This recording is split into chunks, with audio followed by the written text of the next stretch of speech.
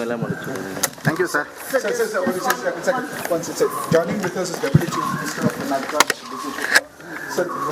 So far, 10% voting is happening, sir. We are appealing to vote. It will happen. All will. ದೃಶ್ಯದಲ್ಲಿ ಗಮನಿಸ್ತಾ ಇದ್ದೀವಿ. ಸದ್ಯಕ್ಕೆ D K Shivakumar ಅವರ ಪ್ರತಿಕ್ರಿಯೆ ಲಭ್ಯವಾಗ್ತಾ ಇತ್ತು. ಅದರ ಡೀಟೇಲ್ ರಿಪೋರ್ಟ್ ನಿಮ್ಮ ಮುಂದೆ ಇರ್ತೀವಿ ಕೆಲವೇ ಕ್ಷಣಗಳಲ್ಲಿ. ಬೆಂಗಳೂರಿನ 4 ಲೋಕಸಭಾ ಕ್ಷೇತ್ರಗಳು ಒಳಗೊಂಡಂತೆ ಒಟ್ಟು 14 ಲೋಕಸಭಾ ಕ್ಷೇತ್ರಗಳಲ್ಲೂ ಕೂಡ ನಾನು ಇವತ್ತು ಮತವನ್ನು ಚಲಾಯಿಸಿದ್ದೇನೆ. ಈ ಸಂದರ್ಭದಲ್ಲಿ ನಮ್ಮ ಜಿಲ್ಲಾ ಕಾಂಗ್ರೆಸ್ಸಿನ ಅಧ್ಯಕ್ಷರಾದ ಸನ್ಮಾನ್ಯ ತಾಜ್ಪೀರ್ ಅವರು ಇದ್ದಾರೆ. ನಮ್ಮ ಮಾಜಿ ನಗರಾಭಿವೃದ್ಧಿ ಪ್ರಾಧಿಕಾರದ ಅಧ್ಯಕ್ಷರು, ನಮ್ಮ ಪಕ್ಷದ ಹಿರಿಯ ಮುಖಂಡರು ಆದಂಥ BT ಜಗದೀಶ್ ಅವರು, ನಮ್ಮ ಯುವ ನಾಯಕ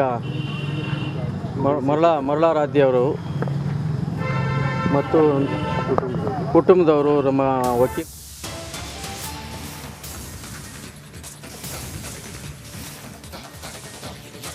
ಚಿತ್ರದುರ್ಗದಲ್ಲಿ ಮಠಾಧೀಶರು ಮತ ಚಲಾವಣೆ ಮಾಡಿದ್ದಾರೆ. ಮಠದ ಹಟ್ಟಿ ಸರ್ಕಾರಿ ಶಾಲೆಯಲ್ಲಿ ತಮ್ಮ ಹಕ್ಕನ್ನ ಚಲಾವಣೆಯನ್ನ ಮಾಡಿದ್ದಾರೆ. ಮಾದಾರು ಗುರುಪೀಠದ ಚೆನ್ನಯ್ಯ ಶ್ರೀ ಭೌವಿ ಮಠದ ಶ್ರೀಗಳು ಸೇರಿದಂತೆ ಕುಂಜಟಿಗ ಶಾಂತವೀರ ಶ್ರೀ, ಯಾದವಾನಂದ ಶ್ರೀಗಳು, ಸೇವಾಲಾಲ್, ಮೇದಾರ್ ಗುರುಪೀಠದ ಕೇತೇಶ್ವರ ಶ್ರೀ ಹಕ್ಕು ಚಲಾವಣೆ ಮಾಡಿದ್ದಾರೆ. ಈ ಮೂಲಕ ಚಿತ್ರದುರ್ಗದಲ್ಲಿ ಹಲವು ಮಠಾಧೀಶರು ಮತದಾನದ ಹಕ್ಕನ್ನು ಚಲಾಯಿಸಿರೋದು. ಮಠದ ಹಟ್ಟಿ ಸರ್ಕಾರಿ ಶಾಲೆಯಲ್ಲಿ ಮತದಾನವನ್ನ ಮಾಡಿದ್ದಾರೆ. ಈ ಮೂಲಕ ಸಮಾಜಕ್ಕೆ ಒಂದು ಸಂದೇಶ ರವಾನೆ ಮಾಡಿದ್ದಾರೆ. ಮತದಾನ ನಮ್ಮ ಪವಿತ್ರ ಹಕ್ಕು, ಅದನ್ನು ತಪ್ಪದೆ ಎಲ್ಲರೂ ಚಲಾವಣೆ ಮಾಡಬೇಕು ಅಂತ ಎಲ್ಲ ಮಠಾಧೀಶರು ಒಟ್ಟಿಗೆ ಸೇರಿ ಮತಗಟ್ಟೆಯಿಂದ ಯಾವ ರೀತಿ ಸಂದೇಶ ರವಾನೆ ಮಾಡ್ತಾ ಇದ್ದಾರೆ ಅನ್ನೋದನ್ನ ತಾವು ದೃಶ್ಯಗಳಲ್ಲಿ ಗಮನಿಸ್ತಾ ಇದ್ದೀರಿ.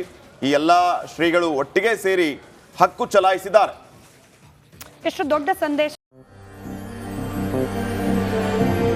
ನನ್ನ ನೆಲದ ಭಾಷೆಯು ದೂರ ಬಲು ದೂರ, ಈ ಮನಕಂತೂ ದಾರಿ ತೋರುತ್ತಿದೆ. ಆ ಭಾಷೆಯದೇ ಬೆಳಕು ಬೆಳಕುವ ಬೆಳಕು ಬೆಳಕುವ. ದೂರ ಎಷ್ಟೇ ಹೋಗಿ ಈ ಭಾಷೆಯಿಂದ ದೂರವಾಗಲಾರಿರಿ. ವಿಮಲ್, ನಮ್ಮ ಭಾಷೆ ಕೇಸರಿ. ಅಲ್ವಾ ನೋಡಿ, ಒಬ್ಬೊಬ್ಬ ಶ್ರೀಗಳಿಗೂ ಕೂಡ 100,000 ಸಂಖ್ಯೆಯಲ್ಲಿ ಅನುಯಾಯಿಗಳಿರ್ತಾರೆ. ಎಲ್ರಿಗೂ ಕೂಡ ಒಂದು ಸ್ಪಷ್ಟ ಸಂದೇಶ. ನಾವುಗಳೇ ಈ ಮತಗಟ್ಟೆಗೆ ಬಂದು ಸರ್ತಿ ಸಾಲಿನಲ್ಲಿ ನಿಂತು ವೋಟ್ ಹಾಕಿದ್ದೀವಿ, ತಾವುಗಳು ಏನು ಮಾಡ್ತಿದ್ದೀರಿ ಮನೆಯಲ್ಲಿ, ಬನ್ನಿ ವೋಟ್ ಹಾಕಿ.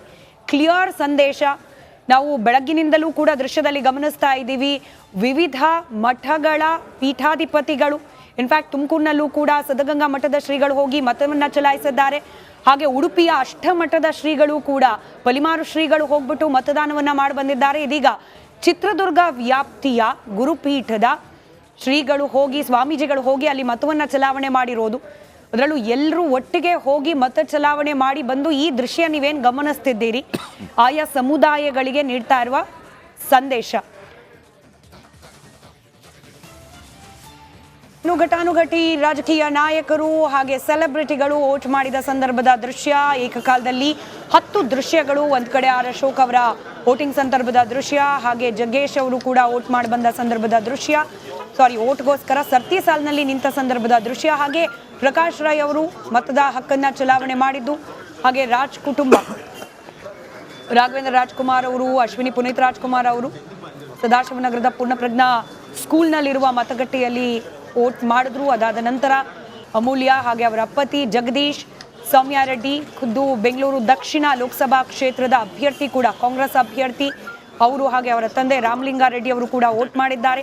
ಪ್ರದೀಪ್ ಈಶ್ವರ್ ಶಾಸಕರು, ಮತ್ತೊಂದು ಕಡೆಯಲ್ಲಿ ಮೈಸೂರಿನ ಬಿಜೆಪಿ ಅಭ್ಯರ್ಥಿ ಹಾಗೆ ರಾಜವಂಶಸ್ಥರು ಆಗಿರುವ ಯದುವೀರ್ ದಂಪತಿ, ಹಾಗೆ ಸಿನಿ ತಾರೆ ಸಪ್ತಮಿ ಗೌಡ ಅವರ ತಂದೆ ಉಮೇಶ್ ಅವರ ಜೊತೆಯಲ್ಲಿ, ಹಾಗೆ ಕೋಟಾ ಶ್ರೀನಿವಾಸ್ ಪೂಜಾರಿ. 10 ದೃಶ್ಯಗಳು ಏಕಕಾಲದಲ್ಲಿ ರಿಪಬ್ಲಿಕ್ ಕನ್ನಡದಲ್ಲಿ ಗಮನಿಸ್ತಾ ಇದ್ದೀರಿ. ಗುಡ್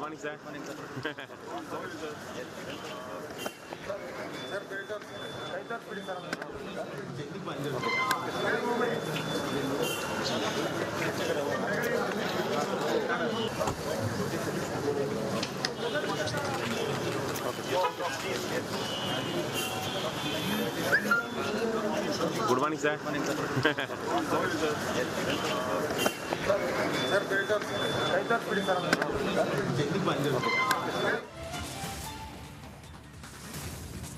ಪ್ರತಿ ಭಾರತವಾಸಿಯ ನಿರ್ಧಾರ 100% ಮತದಾನ ಈ ಸಲ. ಇದು ಭಾರತದ ಭವಿಷ್ಯ ನಿರ್ಮಾಣ ಆಗಲಿದೆ, ಭಾರತವಾಸಿಗಳ ಕಲ್ಯಾಣ. ನಿಮ್ಮ ಓಟ್ನ ತಾಕತ್ತನ್ನ ತೋರಿಸಿ, ಪ್ರಜಾಪ್ರಭುತ್ವದ ಗರಿಮೆ ಹೆಚ್ಚಿಸಿ. ಬಿಜೆಪಿ ಗೊಂದಲದ ಗೂಡಿನಲ್ಲಿ ಮುಳುಗಿದೆ. ನಮ್ಮ ಅಭಿವೃದ್ಧಿ ಆಮೇಲೆ ನಾವು ಏನು ಕೊಟ್ಟು ಮಾಡ್ತಿದ್ದೀವಿ, ನನ್ನ ತಾಯಂದಿರು, ನನ್ನ ಯುವಕರು, ನನ್ನ ರೈತ ಬಂಧುಗಳು, ಎಲ್ಲ ವರ್ಗದ ಜನರು ನಮ್ಮ ಕೈಯನ್ನು ಹಿಡಿತಾರೆ. 5 ಗ್ಯಾರಂಟಿ ಸೇರಿ ಕೈ ಗಟ್ಟಿ ಆಯಿತು. ಸೊ 5 ಗ್ಯಾರಂಟಿಯಿಂದ ಜನರಿಗೆ ಬಹಳ ಅನುಕೂಲ ಆಗಿದೆ. ಎಲ್ಲ ಕಡೆ ಅದನ್ನು ತೋರಿಸಿದ್ದಾರೆ. ಅತಿ ಹೆಚ್ಚು ಮತಗಳನ್ನು ಹೆಣ್ಮಕ್ಳು ಪಕ್ಷ ಭೇದವನ್ನು ಮರೆತು ಮನೆಯಲ್ಲಿ ದಡದ ಬಿಜೆಪಿ ಕಾರ್ಯಕರ್ತರು ಸೇರಿ ಹೆಣ್ಮಕ್ಳೆಲ್ಲ ನಮ್ಗೆ ಓಟ್ ಹಾಕಬೇಕು ಅಂತ ತೀರ್ಮಾನ ಮಾಡಿದ್ದಾರೆ. ಫಸ್ಟ್ ಟೈಮ್ಗೆ ನೋಡಿ, ನಾವು ಯೂತ್ಸ್ಗೆ ಬಿಜೆಪಿ ಗೌರ್ಮೆಂಟ್ ಅವರು ನಿಮ್ಗೆಲ್ಲ ಜಾಬ್ ಕೊಡ್ತೀನಿ ಅಂತ ಹೇಳಿದ್ರು. ಯಾರಿಗೂ ಜಾಬ್ ಇಲ್ಲ. ಬಟ್ ನಾವು ನಿಮ್ಗೋಸ್ಕರ ಗ್ಯಾರಂಟಿ ಕೊಟ್ಟಿದ್ದೀವಿ. ಈಗಾಗಲೇ ಕರ್ನಾಟಕ ರಾಜ್ಯದಲ್ಲಿ 3,000 ರೂಪಾಯಿ ಕೊಡ್ತಾ ಇದ್ದೀವಿ. ಈಗ ಆಲ್ ಇಂಡಿಯಾ ಲೆವೆಲಲ್ಲಿ ನಮ್ಮ ಪಕ್ಷ ಅಧಿಕಾರಕ್ಕೆ ಬರ್ತದೆ ಅಂತ ಮ್ಯಾನಿಫೆಸ್ಟೋ ಅಲ್ಲಿ ವರ್ಷಕ್ಕೆ 1 ಲಕ್ಷ ಪ್ಲಸ್ ಟ್ರೈನಿಂಗ್ ಕೊಡಬೇಕು ಅಂತ ತೀರ್ಮಾನ ಮಾಡಿದ್ವಿ. ಇದು ಫಸ್ಟ್ ಟೈಮ್ಗೆ ನಾವು ಕೊಟ್ಟಂತ ಒಂದು ಶಕ್ತಿ. ಆ ಒಂದು ಕುಟುಂಬಗಳು ಸ್ಟ್ರಾಂಗ್ ಇದ್ರೆ ಹೆಣ್ಮಕ್ಳಿಗೆ ಮಹಾಲಕ್ಷ್ಮಿ ಯೋಜನೆ ಅಂತ ಒಂದು ತಂದು 1 ಲಕ್ಷ ಅವ್ರಿಗೆ ವರ್ಷಕ್ಕೆ, ಯುವಕರಿಗೆ 1 ಲಕ್ಷ, ಹಿರಿಯರಿಗೆಲ್ಲ ಹೆಲ್ತ್ ಇನ್ಶೂರೆನ್ಸು 25 ಲಕ್ಷದವರೆಗೂ. ಇವೆಲ್ಲ ನಮ್ಮ ಪ್ರಣಾಳಿಕೆಯಲ್ಲಿ ಮಾತು. ನಮ್ದೆಲ್ಲ ಉಚಿತ, ಆಮೇಲೆ ನಿಶ್ಚಿತ. ಸರ್, ಕೂಪನ್ ಕಾರ್ಡ್ಗಳನ್ನ ಹಂಚಿದ್ದಾರೆ ಬೆಂಗಳೂರು ಗ್ರಾಮಾಂತರ. ಕುಮಾರಸ್ವಾಮಿ ಅವರು ಈ ವಿಚಾರವಾಗಿ ಇಟ್ಕೊಂಡು ಅವ್ರಿಗೆ ಮಾನ ಮರ್ಯಾದೆ ಇದೆಯಾ? ಸತ್ಯ ಹರಿಶ್ಚಂದ್ರರ ಈ ರೀತಿ ಚುನಾವಣಾ ವ್ಯವಸ್ಥೆ ಎಲ್ಲ ಇದ್ರೂ ಕೂಡ ಯಾಕೆ ಈ ಥರ ಹಂಚಿದ್ರು? ಆ ಕುಮಾರಸ್ವಾಮಿಗೆ ಮಾನ ಮರ್ಯಾದೆ ಇದೆಯಾ? ಕುಮಾರಸ್ವಾಮಿಗೆ ನಾನು ಮಾನ ಮರ್ಯಾದೆ ಇದ್ರೆ ಹೇಳಿ, ಅವರು ತೋರಿಸಲ್ಲ. ನಾನು ಅವರ ಬೆಂಗಳೂರು ಗ್ರಾಮಾಂತರ ಜಿಲ್ಲೆಯಲ್ಲಿ ಅವ್ರ ಪಾರ್ಟಿಯವರು, ಬಿಜೆಪಿ ಪಾರ್ಟಿಯವರು ಏನು ಹಂಚ್ತಾ ಇದ್ದಾರೆ ಅಂತ ಅಂದ್ಬಿಟ್ಟು ನಾನು ಜೋಬಲ್ಲಿ ಇಲ್ಲ, ತೋರಿಸ್ತಾ ಇದ್ದೀನಿ. ನಾನು ಎಲ್ಲ ಹಂಚ್ತಾ ಇದ್ದಾರೆ. ಕುಮಾರಸ್ವಾಮಿನೂ ಹಂಚ್ತಾ ಇದ್ದಾರೆ, ಮುನ್ರತ್ನೂ ಹಂಚ್ತಾ ಇದ್ದಾರೆ, ಎಲ್ಲರೂ ಹಂಚ್ತಾ ಇದ್ದಾರೆ. ಅವ್ರೇನು ಹಂಚ್ತಾ ಇದ್ದಾರೆ? ಅವರು ಏನೋ ಕಾರ್ಡ್ ಹಂಚ್ತಾ ಇದ್ದಾರೆ. ನಾವು ಕಾರ್ಡ್ ಕೊಡ್ತಾ ಇರೋದು ನಮ್ಮ ಪ್ರಣಾಳಿಕೆ ಕಾರ್ಡು. ನಮ್ಮ ಪ್ರಣಾಳಿಕೆ ಕಾರ್ಡ್ ಕೊಡ್ತಾ ಇದ್ದಾರೆ. ಇಷ್ಟರ ಮಟ್ಟಕ್ಕೆ ಪಬ್ಲಿಕ್ಗೆ ಹೇಳಬೇಕಾದ್ರೂ ಇನ್ನೂ ಯಂಗ್ಸ್ಟರ್ಸ್ ಬಂದಿಲ್ಲ, ಬರ್ತಾ ಇಲ್ಲ ಅಂದರೆ ಬಹಳ ಬೇಜವಾಬ್ದಾರಿತನ ತೋರಿಸ್ತಿದ್ದಾರೆ ಅಂತ ಅನ್ನಿಸ್ತಾ ಇದೆ. ಇದರಿಂದ ಮುಂದಕ್ಕೆ ಆಗೋ ಅನಾಹುತಗಳಿಗೆ ಇವರುಗಳೇ ನಾವು ಆಗಾಗ್ಗೆ ಪಡವಲಿಪಿಗೆ ಬರ್ತೇವೆ. ಜಮೀನಿನಲ್ಲಿ ಇರುವ ಒಂದು ತೆಂಗು ಬೆಳೆಯನ್ನು ನೋಡುವುದು ಸ್ವಭಾವ. ನಾನು ನನ್ನ ಶ್ರೀಮತಿಯವರು ಆಗಾಗ್ಗೆ ಬರ್ತೀವಿ. ಪ್ರತಿ ವರ್ಷ ಬಂದು ಇಲ್ಲಿ ನಾವು ಮತ ಚಲಾಯಿಸ್ತೀವಿ. ಈಗ ದಯಮಾಡಿ ತಾವೆಲ್ಲ ಸಹಕರಿಸಿದರೆ ನಿಮಗೆ ನಾನು ತುಂಬ ಆಭಾರಿಯಾಗಿದ್ದೀನಿ. ಒಂದು ವಿಷಯವನ್ನು ನಾನು ಇವತ್ತು ಈ ರಾಜ್ಯದ ಮಹಾಜನತೆಯ ಮುಂದೆ ಪ್ರಸ್ತಾಪ ಮಾಡ್ತೇನೆ. ಅದು ಇಲ್ಲಿ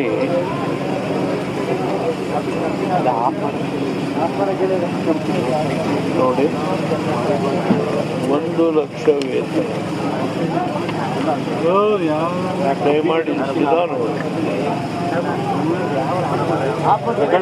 ಯಾರು ಹೇಳಲು? ಖರ್ಗೆ, ರಾಹುಲ್ ಗಾಂಧಿ ಇವರು ಮುಖ್ಯಮಂತ್ರಿನ, ಪ್ರಧಾನಮಂತ್ರಿನ ನಿನ್ನೆಯಿಂದ ಈ ರೀತಿ ಕಾರ್ಡ್ಗಳನ್ನು ಈ ಥರ ಕೆಲವು ಮನೆಗಳಿಗೆ ಹಂಚಿದ್ದಾರೆ. ಎಲ್ಲ ಮನೆಗೆ ಹಂಚಿಲ್ಲ. ಸಾಲ ಮನ್ನಾ ಮಾಡೋದು, ಜಾತಿಗಳು ಮಾಡ್ತಾರೆ. ಈ ಕಾರ್ಡ್ಗಳನ್ನು ಇವರು ಮುಖ್ಯಮಂತ್ರಿನೋ ಪ್ರಧಾನಮಂತ್ರಿನೋ ಯಾರು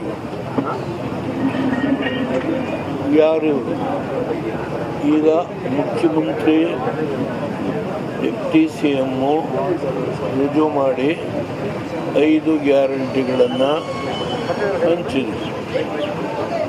ಅವರು ಸರ್ಕಾರದ ಅಧಿಕೃತ ಮುಖ್ಯಮಂತ್ರಿ ಉಪಮುಖ್ಯಮಂತ್ರಿ ಹಂಚಿದ್ರು 5 ಕಾರ್ಡ್ಗಳನ್ನು ಅಸೆಂಬ್ಲಿ ಚುನಾವಣೆಯಲ್ಲಿ.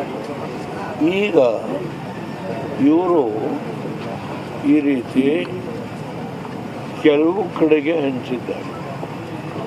ನಮ್ಮ ರಾಜ್ಯದಲ್ಲಿ ನಾನು ಕೇರಳಕ್ಕೆ ಫೋನ್ ಮಾಡಿ ಈ ಥರ ಕಾರ್ಡ್ ಹಂಚ್ತಾ ಇದ್ದಾರಂತ. ಇಲ್ಲ. ತಮಿಳ್ನಾಡಲ್ಲಿ ಫೋನ್ ಮಾಡಿ ಈ ಥರ ಕಾರ್ಡ್ ಹಂಚ್ತಾ ಇದ್ದಾರ? ಇಲ್ಲ. ಆದರೆ ಕರ್ನಾಟಕದಲ್ಲಿ ನಿನ್ನೆಯಿಂದ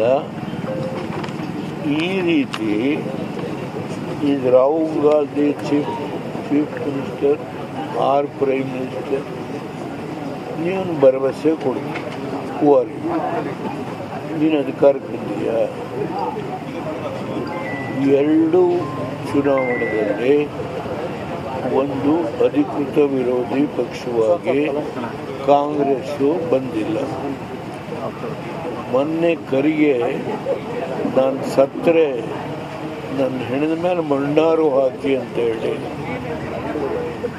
ಎಲ್ಲಿ ಗುಲ್ಬರ್ಗಾದಲ್ಲಿ ಜನಗಳ ಮುಂದೆ ನಾನು ಸತ್ತರೆ ನನ್ನ ಹೆಣದ ಮೇಲೆ ಮಣ್ಣಾರು ಹಾಕಿಯಪ್ಪ, ಇಷ್ಟು ಆವೇಶದಲ್ಲಿ ಮಾತಾಡಿದಂಥ ಖರ್ಗೆ ಈ ಮಹಾನುಭಾವ ಇವತ್ತು ಉತ್ತರ ಪ್ರದೇಶದಲ್ಲಿ ನಿಲ್ಲೋ ಯೋಗ್ಯತೆ ಇಲ್ಲದೇ ಕೇರಳದಲ್ಲಿ ಹೋಗಿ ನಿಂತಿದ್ದಾರೆ.